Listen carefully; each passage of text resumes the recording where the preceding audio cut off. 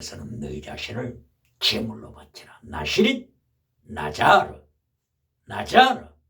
separate yourself from the sin, from the simple world. 타락된 세상으로부터 자신을 분리시켜라.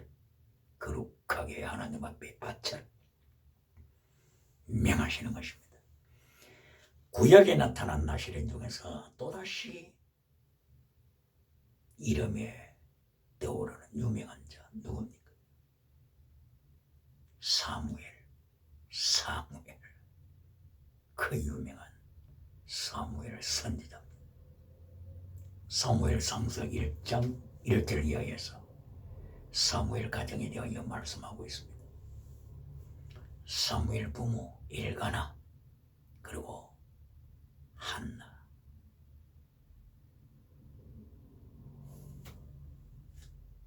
엘가나는 버닌나라고 하는 벌써 다른 여인을 데리고 있죠.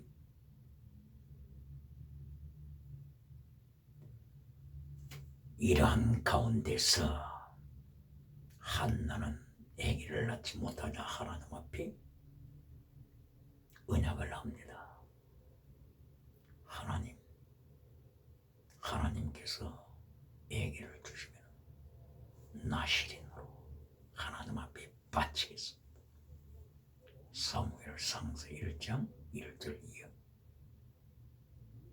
거룩한 성막에 올라가서 한나는 기도드렸습니다. 하나님은 이 기도를 받으셨습니다. 이리하여 한나는 마침내 기도로 사무엘을 잉태하고 부문했습니다. 그런데 사무엘상서 1장 1절 이하에서 엘가나 가문에 대하여 말씀하고 있습니다. 엘가나 가문. 누구의 가문입니까? 어떤 가문입니까? 엘가나가 에브라임에 살았더라. 그러면 에브라임에 속한 엘가나입니까? 아닙니다.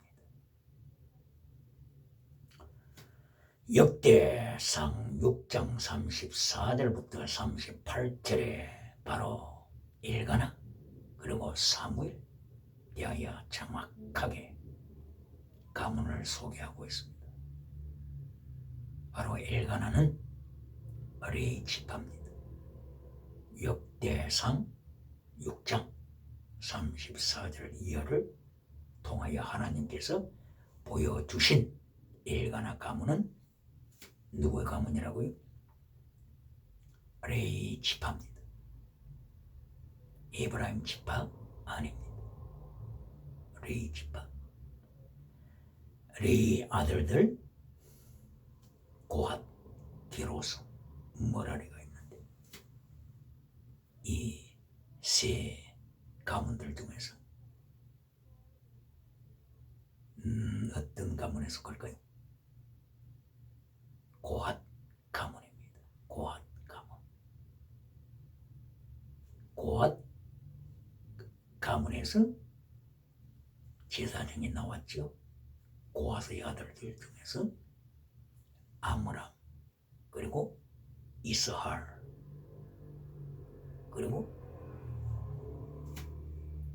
헤브론, 우시에 이런 형제들이 있습니다. 고핫의 아들 아므람이 요게벳과 결혼해서 모세, 아론, 미리암 이렇게 나왔습니다. 그리하여 아론을 통하여 제사장 가문이 계속 전수됩니다. 그런데 고핫의 아들 중에 이스할은 제사장 될 수가 없었어. 그래서 이스할의 아들 고라가 반역하기 시작했습니다. 그게 민수기 16장에 나타나는 고라의 반역이죠. 그래서 땅이 갈라져서 고라 땅이 죽임을 당하고 고라를 따랐던 250명은 분양하다가 하나님의 불을 받고 하나님으로부터 오는 불에 의하여서 불타서 심판을 받았지. 불타 죽는 심판. 고라당. 바로 이 고라가 누구의 조상이라고요? 엘가나의 조상으로 나타납니다. 사무엘 아버지 엘가나의 조상으로 고라가 나타납니다. 어디에 나타나죠? 역대상 6장 34절부터 38절 사이에 있습니다. 이래하여 사무엘이 태어났는데 사무엘의 아버지는 엘가나더라 말씀이 되어 있고, 엘가나의 조상들을 설명하면서 고라를 언급하고 있습니다. 그리고 고라의 아버지는 이스라엘이더라. 이스라엘의 아버지는 고핫이더라. 고핫의 아버지는 레이이더라. 레이는 야곱의 아들이더라. 이렇게 정확하게 역대상 6장 34절 이하에 말씀하고 있습니다.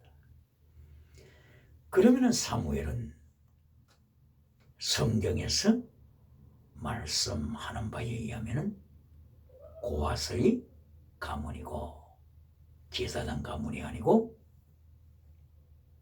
이스할 가문이기 때문에 제사장이 될 수가 없었습니다. 그럼 어떻게 사무엘이 왕의 역할, 선지자의 역할, 예언자의 역할을 할 수가 있었을까요? 어떻게? 바로 이것이 민수기 6장에서 하나님께서 제정하신 나시린 제도입니다. 나시린 누구든지 자기가 하나님 앞에 자기 일생을 바쳐서 거룩한 삶으로 산 지물이 되고 싶으면 바로 이 나시린 제도를 통하여 길이 열려서 하나님 앞에 제물 되는 것입니다. 그러므로 민수기 6장 1절 이하에서 누구든지 남자든지 여자든지 누구든지 나시린 하나님께서 명하신 나시린 제도를 순종해서 자기 온 삶을 하나님 앞에 나신으로 거룩하게 바칠 수가 있고, 일평생이 아니더라도 자기가 작정해서 어느 기간만큼 6개월이면 6개월, 1년이면 1년, 10년이면 10년 하나님 앞에 나시린으로서 자기 삶을 제물로 바칠 수 있다는 것입니다. 이렇게 구약에서 나시린으로 영광스럽게 하나님 앞에 드린 자, 바로 그 사람이 사무엘입니다. 삼손과는 너무나도 다른 나시린으로 주님 이름 높였습니다. 할렐루야. 그러면은 여기 민수기 6장에 나타나는 나시린에 대한 하나님의 명령을 잠깐 보시겠습니다. 나시린이 되면은 거룩한 삶을 지켜야 합니다. 구별된 삶을 지켜야 합니다. 그러므로 머리에 삭도를 대서 면도칼로 밀지 말라. 이 머리를 길게 지켜라. 머리를 길게 하는 이것은 하나님의 권세 아래 있는 자, 이런 뜻을 가지고 있습니다. 하나님의 권세 아래 있고 하나님 앞에 바쳐진 자. 그러므로 삭도를 대해서는 안 됩니다. 또한 다른 한 가지는 포도주, 술을 마시지 말라. 술을 마셔서는 안 됩니다. 포도주도 마셔서는 안 된다고 했습니다. 포도 열매도 먹어서는 안 된다고 했습니다. 포도씨, 포도 껍질 이것마저도 먹어서는 안 된다고 했습니다. 참으로 온 일생을 이렇게 거룩하게 나시린으로서 하나님 앞에 바치는 사람, 술을 철저하게 끊어버리고 포도주, 맥주 철저하게 끊고 사무엘처럼 온 일생을 하나님 앞에 나시린으로 바쳐졌을 때 하나님은 얼마나 기뻐하시겠습니까? 바로 계시록 14장 4절 이하 말씀. 내 입에서는 거짓이 없고 너는 흠이 없는 자로 살았다. 너는 세상의 악녀를 따라가지 아니했다. 악한 여인을 따라가지 아니했다. 너는 어린 양 예수 그리스도께서 오라고 명하시는 어느 것이든지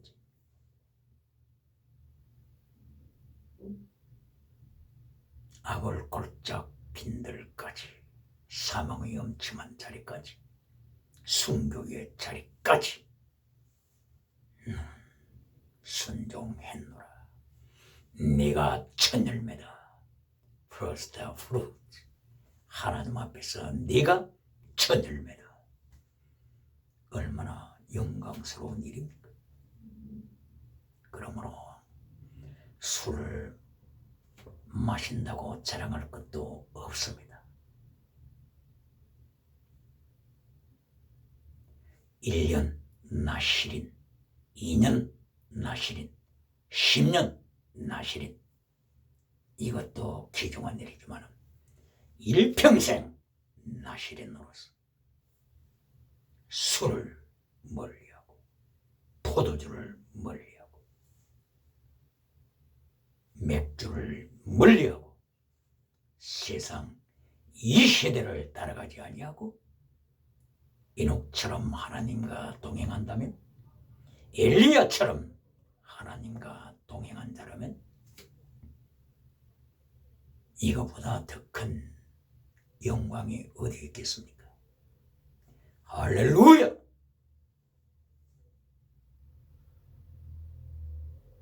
그리고 나시려는 세 번째, 시체를 만져서는 아니 된다고 했습니다. 하나님께서 대제사장에게 명하실 때도, 부모가 소천했을 때도 시체를 만지지 말라고 명했습니다. 그런데 여기 나시린을 행하여 네 부모가, 네 형제가 소천했을 때도 사망했을 때도 만지지 말라. 시신을 만지지 말라고 했습니다. 그만큼 하나님께서는 하나님 앞에 구별된 거룩한 삶이 어떠해야 된다고 하는 것을 명하신 것입니다. 그런데 본의 아니게 시신이 나시린의 몸에 닿았을 경우에 그때에 하나님은 명하십니다. 이제까지 나시린으로서 살았던 모든 것은 다 무효다. 다시 나시린으로서 시작해야 한다. 이제까지 삶은 무효가 되었기 때문에 무효가 되었을 때도 시체를 만져서 무효가 되었을 때에도 하나님 앞에 거룩한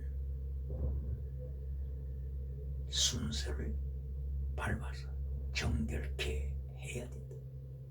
이리하여 이제까지 자랐던 머리를 다 면도칼로 싹도록 밀으라. 밀되 제7일째 세번스 데이 제7일째 되는 날에 네 머리를 싹도로 밀어라. 왜 그렇습니까? 7일째 시체를 만들면 원래 7일 동안 부정한 자가 됩니다. 부정한 기간이 다 찰 때까지 7일째가 되는 날까지 기다리다가 7일째에 밀어라. 민수기 19장이죠. 19장 11절 7일간 부정하리라. 그리고 제8일째 부활의 날 새 생명 거듭나는 날을 의미하는 8일째 토요일 다음엔 8일째 주일 8일째 되는 날에 비둘기 2마리를 준비하여서 제사장에게 나가서 거룩한 성막 앞에서 한 마리는 속죄제물로 한 마리는 번제물로 드려서 정결케 되는 예식을 진행하라 명했습니다. 그리고 다시 나실인 소원을 시작하라. 나실인 소원을 시작할 때 속건제를 먼저 드려라. 수양 한 마리를 준비하여서 수양 한 마리 준비하여서 속건제로 하나님 앞에 드려라. 속건제 속죄제와 속건제는 비슷한 면이 많이 있지만 차이도 있죠. 속죄제는 sin offering, 속건제는 guilt offering. guilt도 죄라는 의미가 포함되어 있죠. 그런데 sin offering은 속죄제는 죄를 용서받는 여기 용서의 강조점이 있습니다. 속건제는 배상이라고 하는 것의 강조점이 더 강합니다. 예를 들어서 속건제를 드리라고 남의 것을 훔친다든지 거룩한 성물을 파손했을 때 하나님께서 속건제를 드리라 하시면은 속건제 파손된 것에 대한 100% 100%를 갚아라. 그리고 거기에다가 5분의 1 20%를 추가해서 갚아라. 그리고 수양을 속건제물로 하나님 앞에 바쳐라. 리뎀션 예수 그리스도께서 성도를 랜섬으로 모든 것을 갚으셨다. 랜섬, 리딤 이런 갚으셨다고 하는 배상의 의미가 강하게 강조되고 있습니다. 이리하여서 하나님 앞에 새롭게 나실인으로 시작할 때 수양 한 마리를 준비하여 성막 앞에서 제사장으로 하여금 속건제물을 집례토록 하여 나실에는 속건제 제물을 바칠 것을 하나님이 명하십니다. 이런 절차를 통하여서 이제 마침내 나실인 기간이 끝났을 때 이제는 시신 접촉하지 아니하고 하나님의 말씀을 쫓아서 다 나실인 기간을 끝냈을 때 하나님께서 거룩한 예식 절차를 명하십니다. 그때 제물로서 준비해야 할 것을 하나님께서 민수기 6장에서 계속하여 말씀하십니다. 이렇게 하여 나실인이 모든 나실인의 기간을 끝내고 하나님 앞에 정결제식을 할 때 첫째, 속죄제를 드리라. 둘째, 번제를 드리라. 셋째, 소제를 드리라. 넷째, 화목제를 드리라. 다섯째, 전제, 드링크 오퍼링, 전제로 드리라. 이렇게 하나님 앞에 나실이 눈으로 다 의무를 마치고 기간이 끝났을 때 거룩한 예식이 이렇게 진행되어야 합니다. 처음에 속죄제를 위하여 양을 준비하라고 했죠. 그래서 성막 하나님 앞에서 속죄제를 드립니다. 속죄, 예수님의 피로서 다 죄 씻음을 받는 것을 가르치고 있는 말씀이죠. 오직 예수 그리스도의 피 흘림이 없이는 죄 사함도 없느니라고 말씀한 것처럼 돈으로는 죄 사함이 없습니다. 치가락으로는 죄 사함이 없습니다. 지식으로도 죄 사함이 없습니다. 피 흘림이 있어야만이 죄가 용서가 되는 것입니다. 히브리서 9장 22절 말씀, 레위기 17장 11절 말씀. 생명이 피에 있으므로 피가 죄를 속하느니라. 영원한 예수 그리스도의 피, 예수 그리스도의 보혈로 성도를 사서 하나님 앞에 바쳤습니다. 예수 그리스도의 보혈, 속죄, 죄. 그리고 번제를 바칩니다. 번제는 하나님 앞에 헌신을 가리키고 있죠. 번제, 첫째는 예수 그리스도 십자가 사건을 예언하는 것이고, 둘째 번제는 예수 그리스도의 고난에 동참하여 자기 십자가 지고 예수 그리스도의 고난에 동참하여 요한복음 21장에 나타난 비두처럼 산제물이 될 때까지, 주님 앞에 산제물이 될 때까지 자신의 삶을 거룩하게 드리는 바로 이것이 번제입니다. 영적인 나신인 성령 능력 받아서 자기 자신을 순교하기까지 산제물로 바치는 자, 영적인 나실인입니다. 번제의 삶을 살아가는 자입니다. 종교개혁자 마틴 루터도 95개 조항을 비텐베르크 성전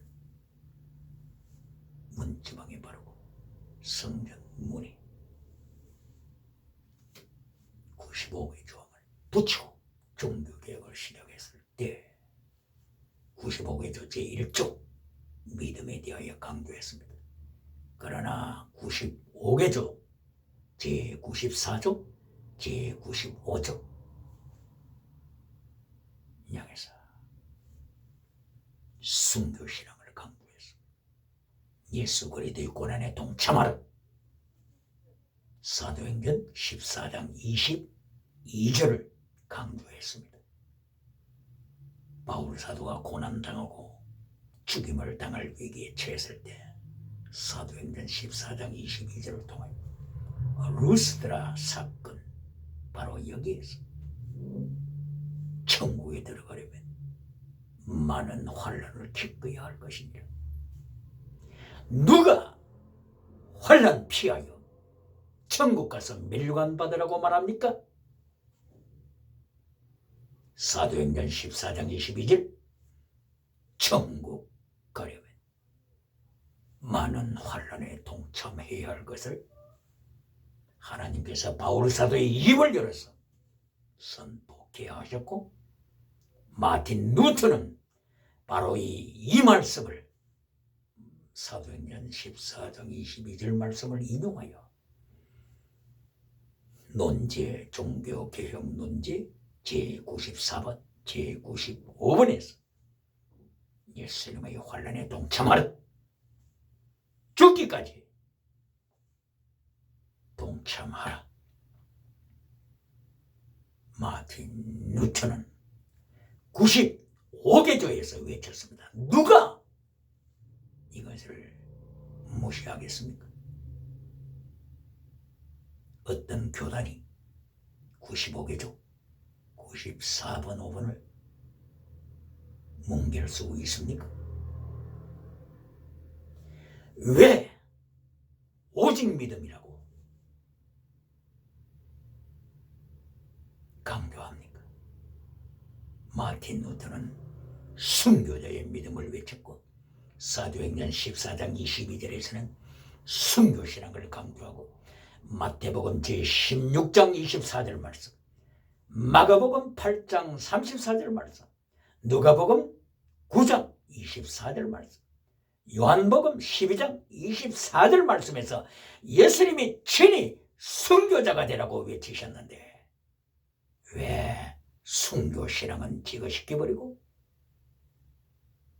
로마서 1장 17절 복음에는 하나님의 의가 나타나서 믿음에서 믿음에 이르게 하나니 오직 의인은 믿음으로 말미암아 살 것이나 오직 믿음만 강조하고 로마서 6장 1절에 나가지 못하고 로마서 3장 31절 율법을 행하라고 하는 이 말씀에는 전전하지 못하고 로마서 12장 1절 산재물되라고 하는 재물신앙이 되라고 하는 이 말씀에는 한 걸음도 나가지 못하고 로마서 1장 17절에 머물렀다가 젖먹이 신앙으로 교회를 만들고 있습니까? 예수님께서 예언하신 대로 유물론 주체 사상이 세상을 밟아버린다고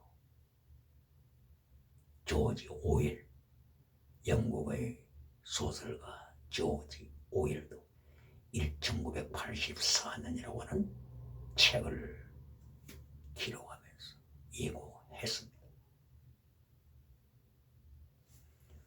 순교신앙이 유물론 주체 사상을 밟아버립니다. 순교신앙으로 무장할 때 유물론 주체 사상은 지하로 숨어버립니다. 할렐루야! 일평생 외쳐야 할 예수님의 메시지, 네 십자가를 짊어지고 나를 쫓아라. 필생적사다. 필사적생이다. 네가 만약에 살고자 하면 죽는다. 그러나 예수님 이름 때문에 네 목숨을 버리면 너는 영원히 승리자다. 마태복음 16장 24절을 이해합니다. 천하를 얻고서도 자기 영혼을 잃으면 무엇이 유익하겠느냐.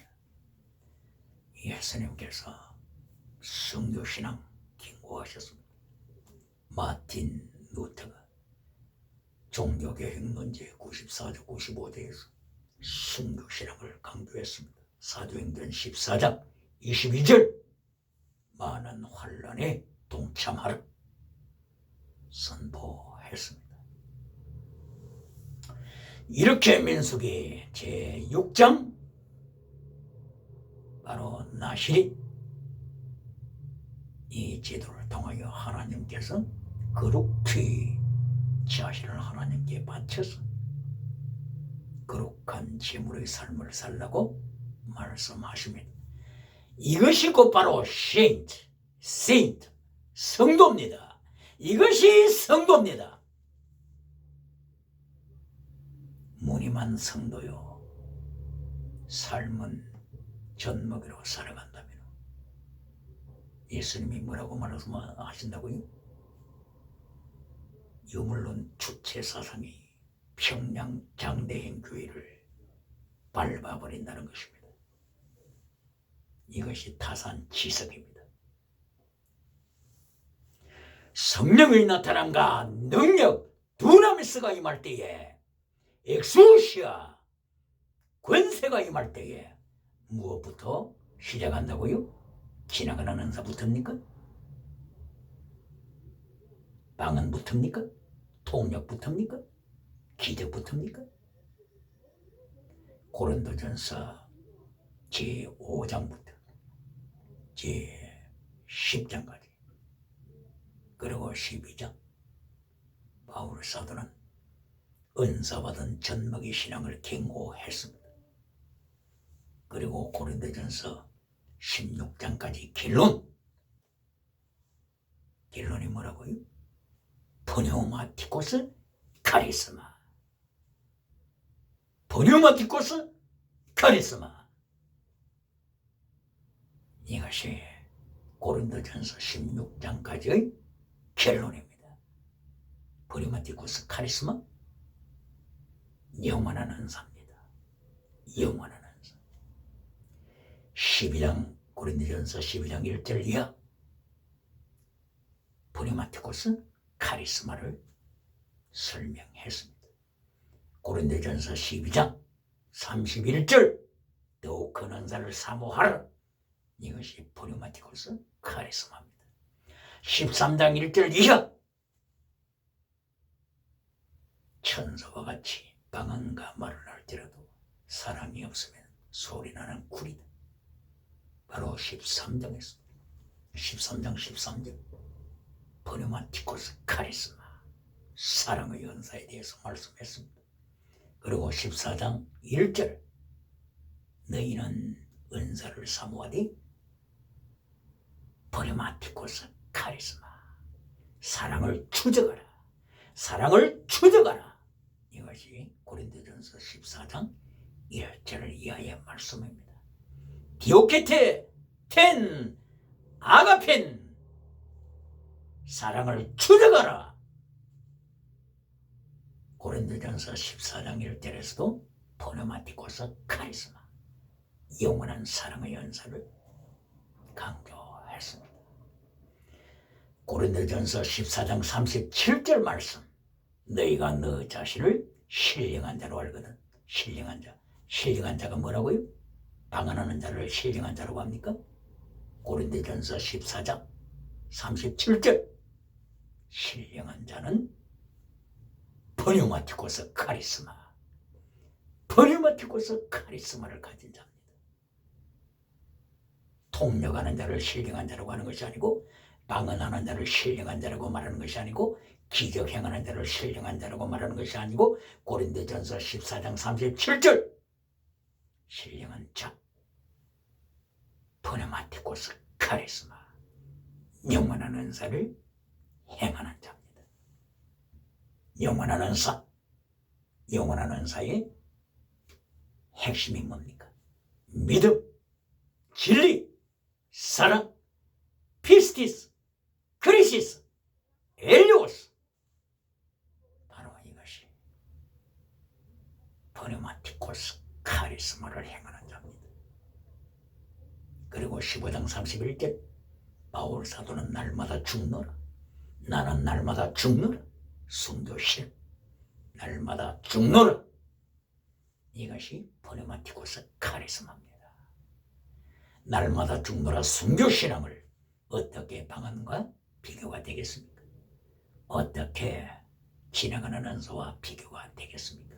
순교신앙 예수님이 가시는 곳이라면 어디든지 동행하는 순교신앙 이보다 더 위대한 pneumatikos 카리스마 영원한 은사가 어디에 있습니까?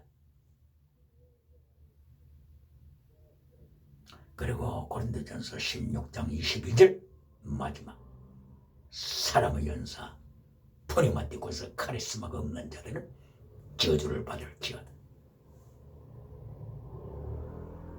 결론적으로 바울 사도의 입을 열어서 pneumatikos 카리스마를 강조했습니다.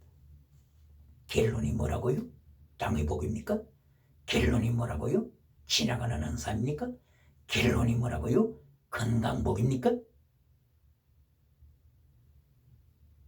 이리하여 고린도후서 13장 5절에서 결론적으로 너희가 심판이 임하기 전에 너 자신을 시험하라. 예수 그리스도께서 너희 안에 계신 줄을 너희가 알지 못하느냐? 그렇지 않으면 버림받을 자다. 기적은 나타나도, 방언은 나타나도, 지나가는 은사는 나타나도 네 속에 예수 그리스도께서 안 계시면 너는 버림받은 자다. 아디코모스, 아디코모스, 버림받은 자. 그리하여 고린도후서 11장 13절을 통하여 광명의 천사, 광명의 천사가 많다. 기적을 행하는 광명의 천사가 많다. 이래야 요한계시록 19장 20절에서 기적을 행한 광명의 천사를 예수님께서 산채로 유황불에 던져버렸습니다. 바로 이것은 출애굽기 15장 1절 이하에서 하나님께서 산채로 애굽 군대를 바다에 던지신 것이, 이것이 곧바로 예고편입니다. 이래하여 출애굽기 15장 5절 이하의 말씀, 대홍 타르타루스, 대홍 타르타루스, 지옥에다가 던져버리시는 하나님의 경고를 이미 출애굽기 15장에서 15장 5절, 15장 1절 이하에서 유황불에 던지시는 하나님 권세를 선포했습니다. 할렐루야! 이리하여 민수기 제6장에서 나시린을 통하여서 하나님께서 계속하여 말씀하십니다. 나시린 기간이 끝났을 때 하나님 앞에 거룩하게 예물을 바쳐야 되는데, 이 예물 이름도 고르반입니다. 고르반 어디서 본 것 같지 않습니까? 마가복음 7장 1절 이하에서 예수님께서 고르반에 대하여 책망하십니다. 너희가 사람의 교훈, 인본주의 교훈 때문에, 사람의 교훈으로 하나님의 계명을 잘라버리는도다. 하나님의 계명 엔톨레, 하나님의 계명 십계명을 잘라버리는도다. 바로 고라반 이 한마디만 하고서 하나님께 바쳐졌다, 하나님께 바쳐진 예물이다, 이 귀중한 것 하나님께 바쳐진 고라반 거룩한 예물이라고 선포만 하면 부모에 대하여서는 불효자식이 될지라도 아무 이상이 없다고 주장하는 자들, 십계명을 버리는 자들을 향하여서 예수님이 책망하셨습니다. 그러므로 고라반 하나님께 바쳐진 예물, 이것을 악용해서 바리새인들, 이스라엘 사람들이 하나님의 십계명을 파괴시키는 것을 예수님이 책망하셨습니다. 이리하여 민수기 6장에서 나실 기간이 끝났으면 고라반 하나님 앞에 바칠 예물을 준비하라. 첫째 속죄제물, 둘째 번제물, 세 번째 소제물. 이제 번제물 다음에 소제물을 바쳐야 되는데, 소제를 통하여 하나님께서 교훈하셨습니다. 소제를 드릴 때 여러 가지 방법, 내용들이 있지만은 중요한 것은 소제, 곡식, 가루로 만들어라. 가루, 예수님의 고난입니다. 가루가 되도록 하지. 고난, 찌은 곡식, 고난받은 예수 그리스도의 모습입니다. 그리고 찌은 기름, 기름을 쏟음으로 붓는